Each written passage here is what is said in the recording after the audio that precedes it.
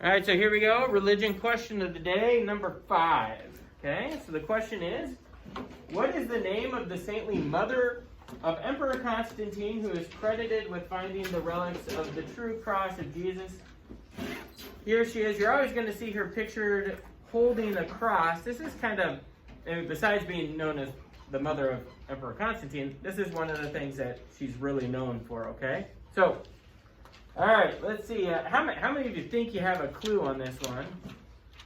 Maybe 2. Okay, maybe 1.5. I don't know. You're kind of throw it out there. What do you think? Who do you think it is? I think was it a saint? She is a saint. Okay, is it Saint Helen? It is Saint Helen. Were you going to say Saint Helen? Good. I'll give yourselves a pat on the back. Saint Helen is the saint. Saint Helen is known for going to the Holy Land and finding the cross that was used when Jesus was crucified, and then she brought it back.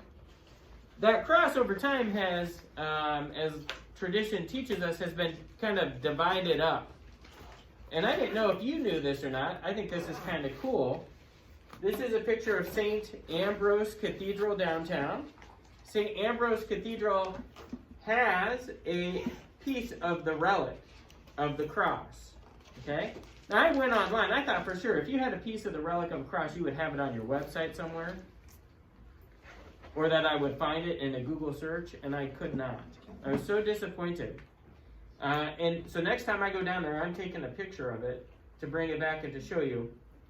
But I'm just going to point this out to you.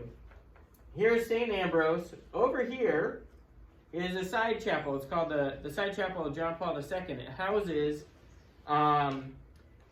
the relics that were used when John Paul II came to Iowa and said Mass back in October of 1979.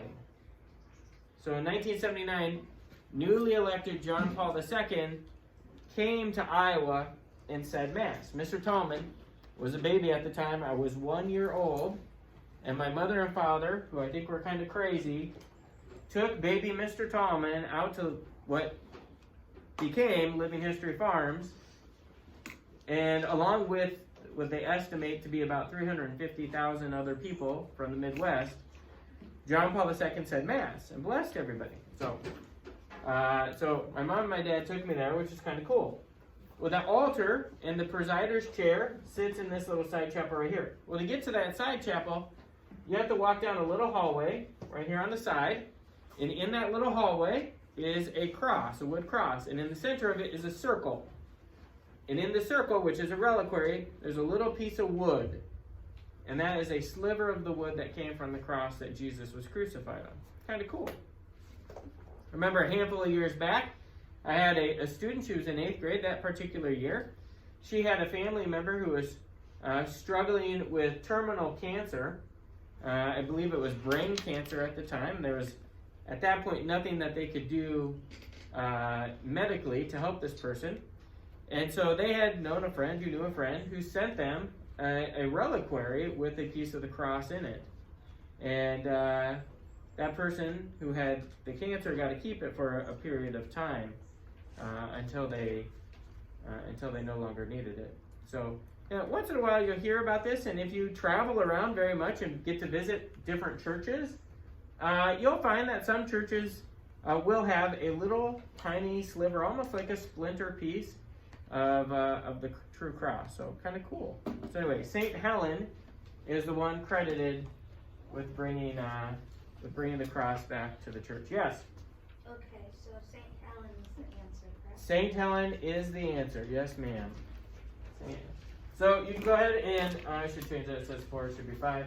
Go ahead and hit the check-in. Go ahead and answer the question. And then there is also an RQD extension, and the RQD extension just talks about religious relics of the Passion that you think would be kind of cool to see. So check that out.